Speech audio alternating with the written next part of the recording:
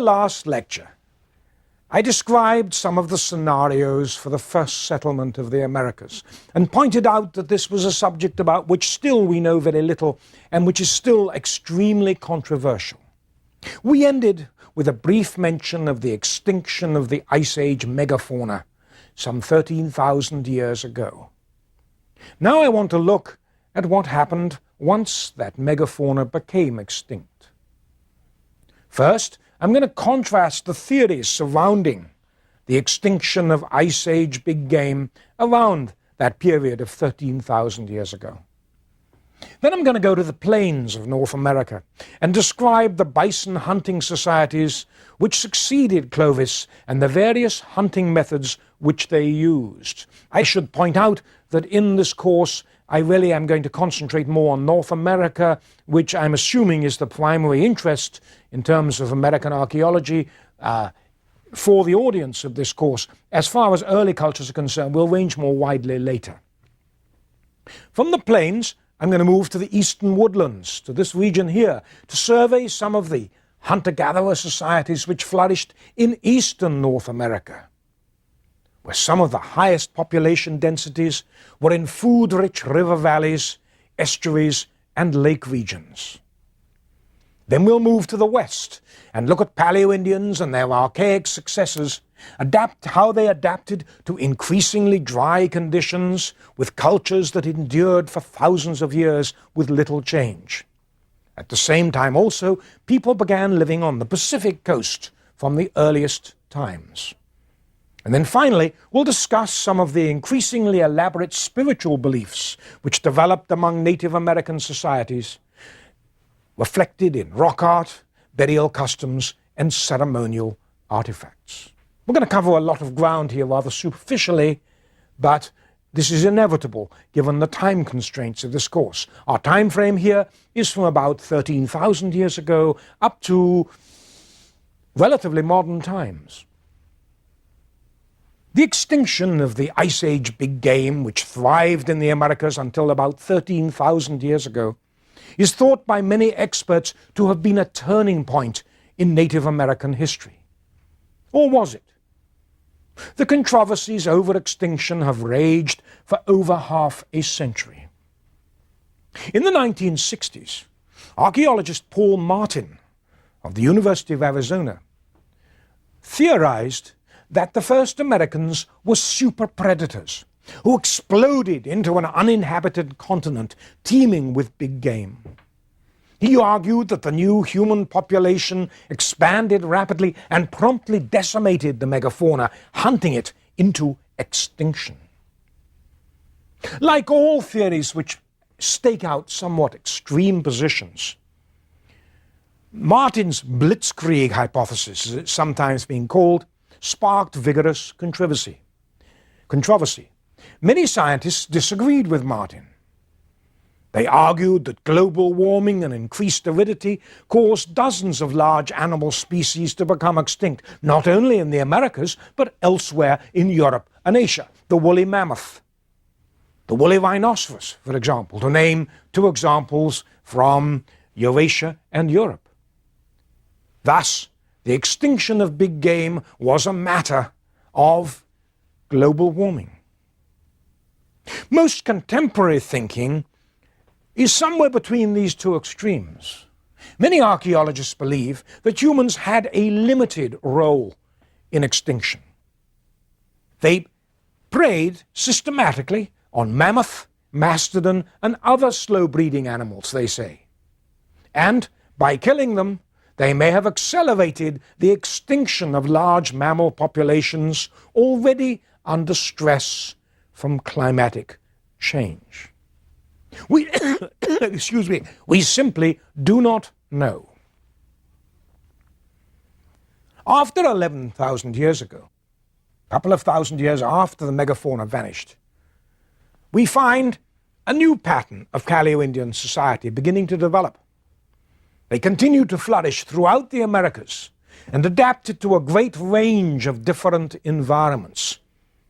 Everything from ocean coasts and river valleys and lake floors to desert, temperate woodland, and tropical rainforest. There was only one region where the megafauna continued to thrive, and only one species of them, the plains bison. With the drier conditions after the Ice Age, the environment of the Great Plains became much drier because of the rain shadow of the Rocky Mountains. It became a short grass environment, a particular grass much favored by bison. And the bison population of the plains was very large indeed, centered on large herds.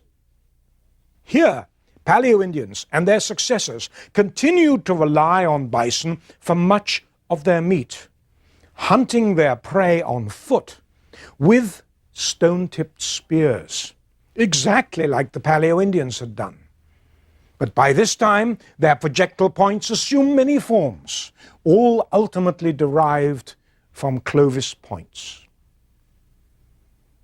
Now, increasingly arid conditions on the plains reduced the abundance of larger animals. But the surviving bison herds were larger and more mobile.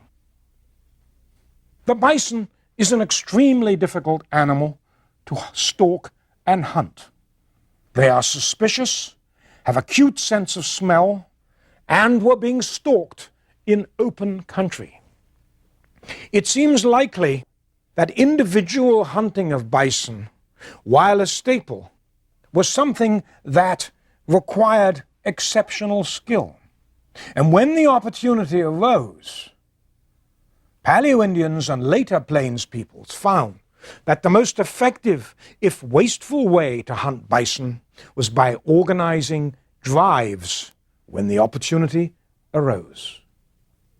Now, how often an opportunity arose to stalk and stampede a herd of bison into a gully or over a cliff where they could be partially killed by the sheer weight of the animals behind them stampeding, or be slaughtered when they were thrashing around helplessly.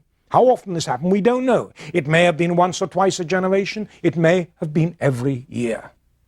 But fortunately, archaeologically, we have vivid evidence that the Paleo-Indians and their successors hunted bison this way.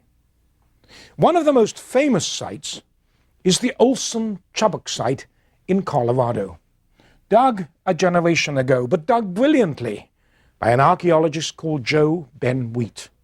It documents a Paleo-Indian hunt of 8,000 years ago in such detail that we even know the direction of the wind on the day when the hunt took place.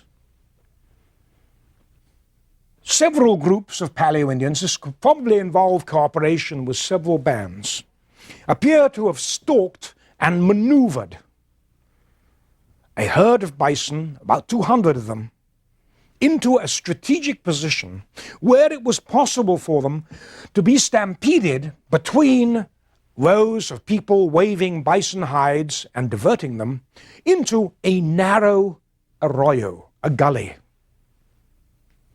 From the direction in which the bison skeletons are facing in the gully, we know that on the day of the hunt, the wind was blowing from the south, because they would drive them from downwind.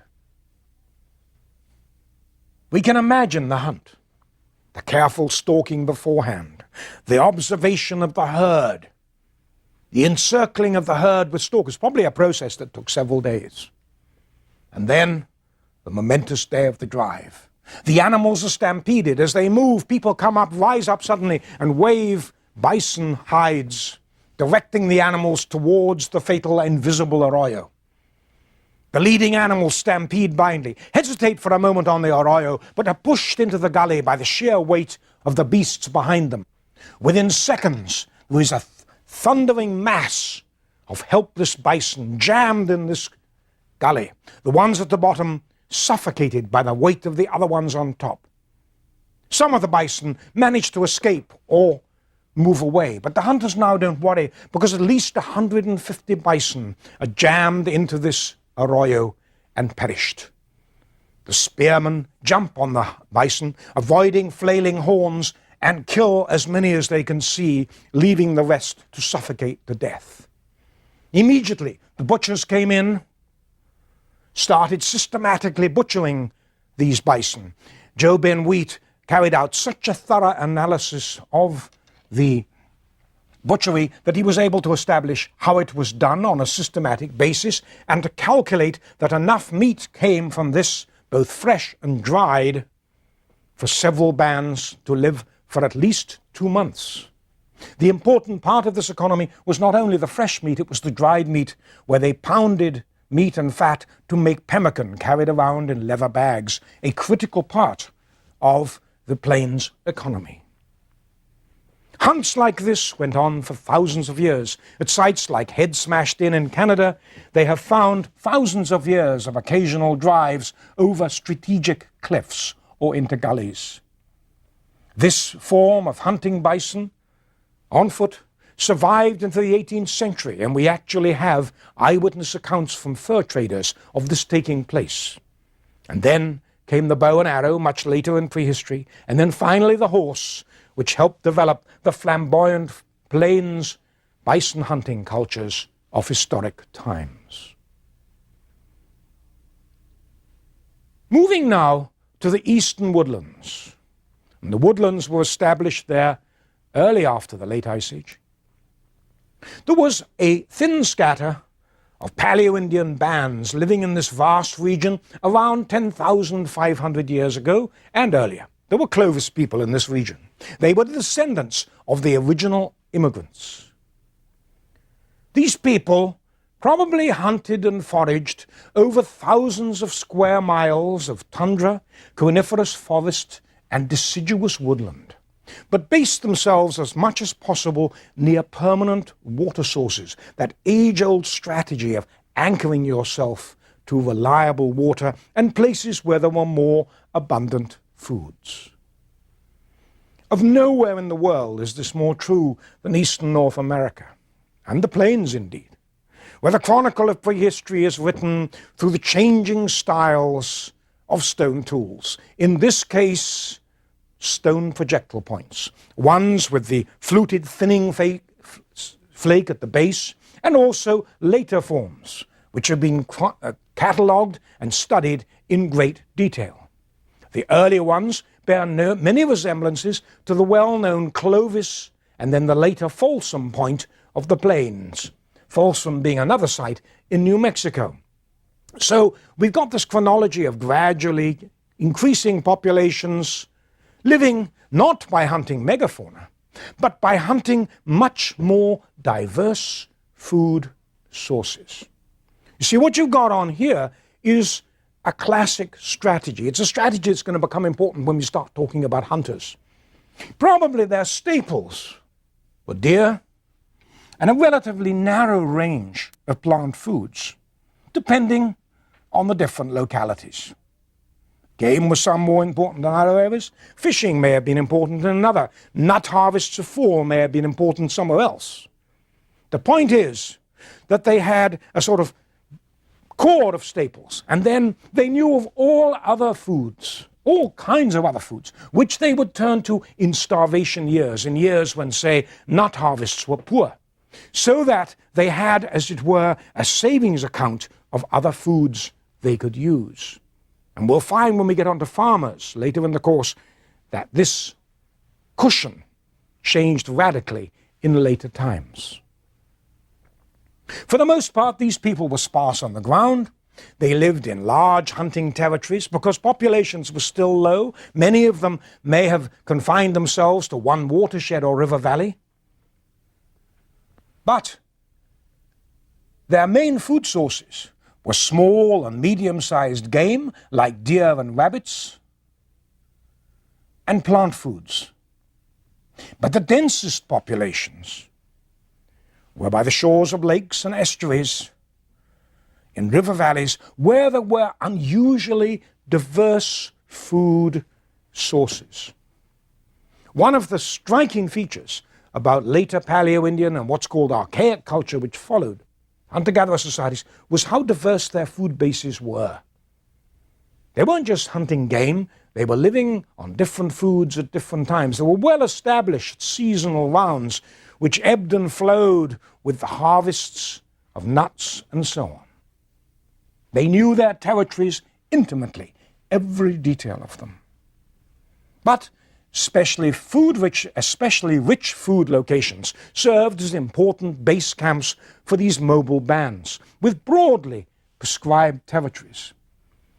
One such example of this is a site called Thunderbird in Virginia's Shenandoah Valley, which is a classic example of a camp where many different activities took place. Hunting, plant gathering, manufacture of artifacts, people lived there. And this location, which was a form of seasonal base camp, was used for more than 3,000 years. From about 9,000 to 2,700 years ago, a complicated series of local archaic hunter-gatherer societies flourished across the eastern woodlands. The densest populations concentrated in river valleys and near lakes.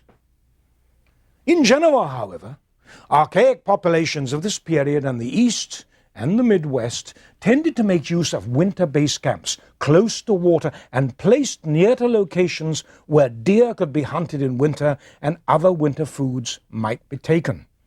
And then in the spring, summer and fall, when there was a lot more food across the landscape, think of edible landscapes, people would move out into smaller camps for collecting plant and other seasonal foods, as well as for collecting the critical raw materials, such as tool-making stone. And inevitably, this mobility brought greater interconnectedness, more exchange, and more complex social arrangements. By 8,000 years ago, the highest population densities were in larger river valleys, where fishing was now very important, where nut harvests, pistachios, acorns, and other species were of critical importance in the fall, and where migrating waterfowl were flow into the area in enormous numbers in spring and fall, the great flyways like that on the Mississippi Valley.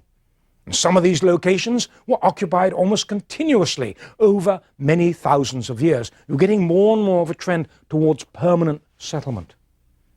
What does this foreshadow? Later on, farming. The Costa site is the most famous archaeological site of the Midwest in the Illinois Valley, supported archaic hunter-gatherers in seasonal camps and later in more permanent base camps from at least 8,500 years ago until later than 7,000 years ago.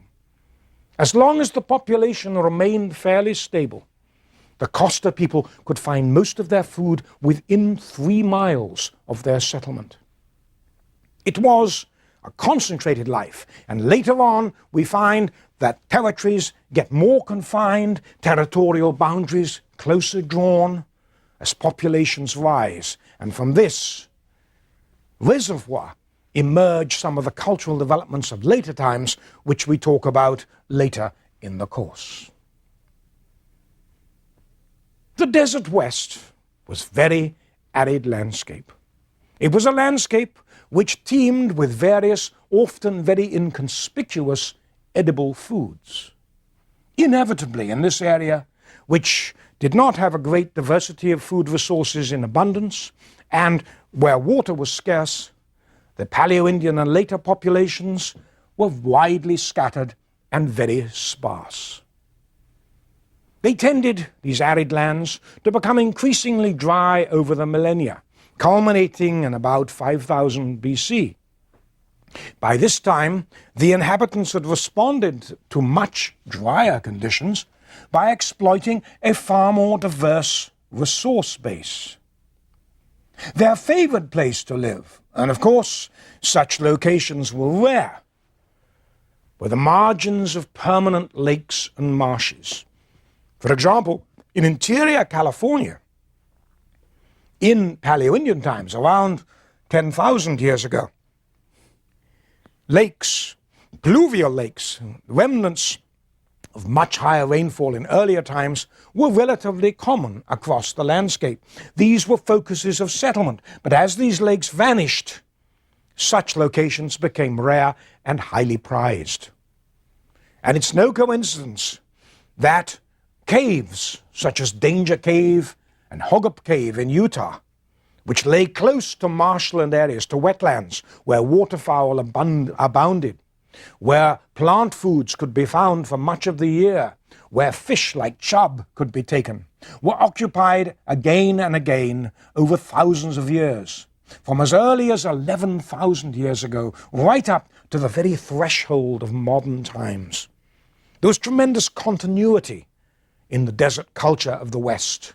It varied from region to region, and the Great Basin, of course, is the epitome of these cultures. But the culture was always highly mobile, with a very simple material culture, well preserved in dry caves, and an adaptation that was perfectly tuned to a life where mobility, reliable water supplies, and constant scheduling, careful scheduling, to coincide to be in certain places when clumps of seasonal foods were in favor or in harvest, was essential. You're dealing with a culture where intimate knowledge of the environment was the key to survival, as was mobility. Such a common phenomenon in earlier prehistory. Although archaeologists divide Great Basin and Southwestern and interior California desert cultures into various subdivisions, the basic tenor of arid land life remained much the same over many millennia. As I said, anchored to water supplies with expeditions to outlying locations for nut harvests, for pinon nuts, for hunting bighorn sheep and other seasonal needs. The population was never large. Very, very small in many places, and it changed but little over thousands of years. When you come to the Pacific coast, you're dealing with a very different world, a much more temperate climate. Water is still short supply, the hinterland is still arid, but there is the richness of the maritime environment, particularly in areas like the Santa Barbara Channel of Southern California or the Pacific Northwest, where such phenomena as salmon runs or natural upwelling of colder water from the ocean floor provided an abundance of fish, where sea mammals could be found and shellfish could be taken. Now, the sea mammals and the shellfish have particular advantages. They are reliable, predictable foods. Contrary to popular belief, shellfish weren't a supplementary food. They were a major part of the diet, especially in the winter, because they could be taken by the hundred by rocky outcrops by the shore. And sea mammals come ashore to breed, and the young and the mothers can be clubbed in their rookeries with fair ease, and each one yielded not only a great deal of meat, but valuable byproducts like sealskin. Much of this exploitation of the maritime environment was done close inshore.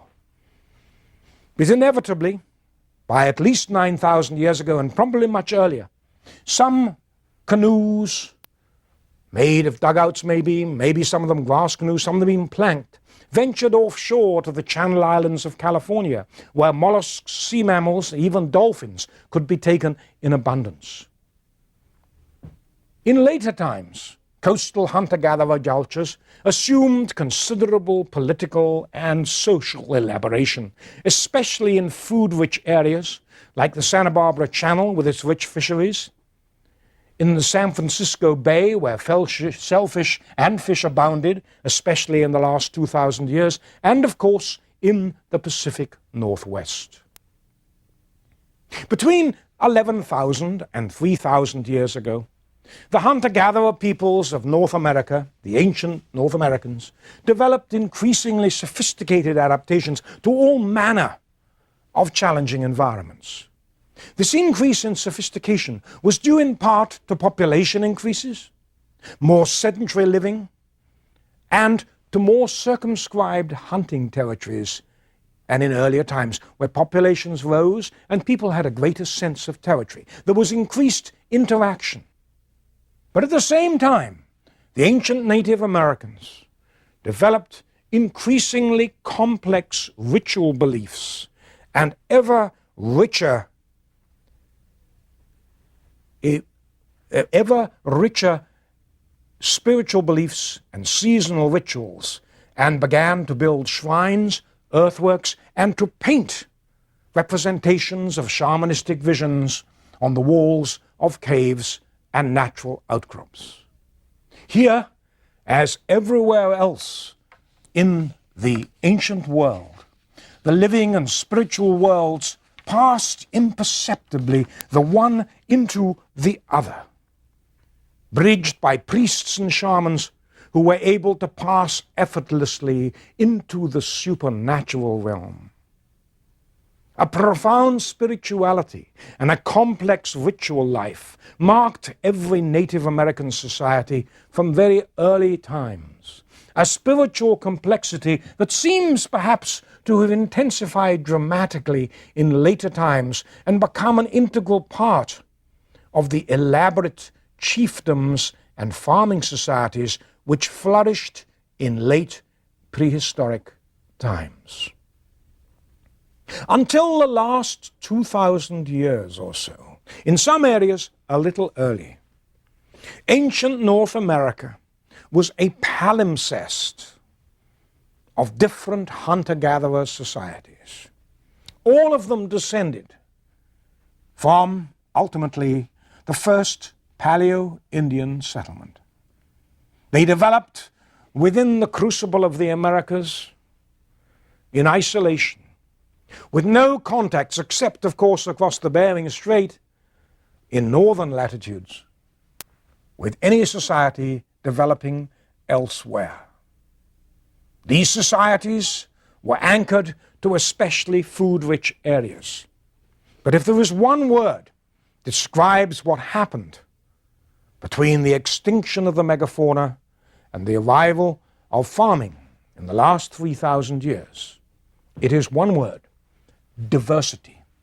Yes, there are many commonalities between these hunter-gatherer societies, whether they are in the high Arctic, in the birch forests of Canada, by the Great Lakes, on the Great Plains, in the desert west, by the coast, in the eastern woodlands, or wherever. Commonalities of a powerful spiritual relationship with the environment, simple effective technologies involving spear points and spear throwers, differing degrees of reliance on wild plant foods or game or fish. But what you've got is a much greater diversity of culture and a greater specialization in different activities. For example, the people of Southern California paid a great deal of attention to fishing inshore and much later offshore, as did the people of the Pacific Northwest, who relied very heavily on salmon runs.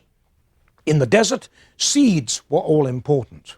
In the Midwest, migrating waterfowl, freshwater fish, and deer in the winter were the primary sources of subsistence. In the eastern woodlands, again, shells and fish were important in estuaries.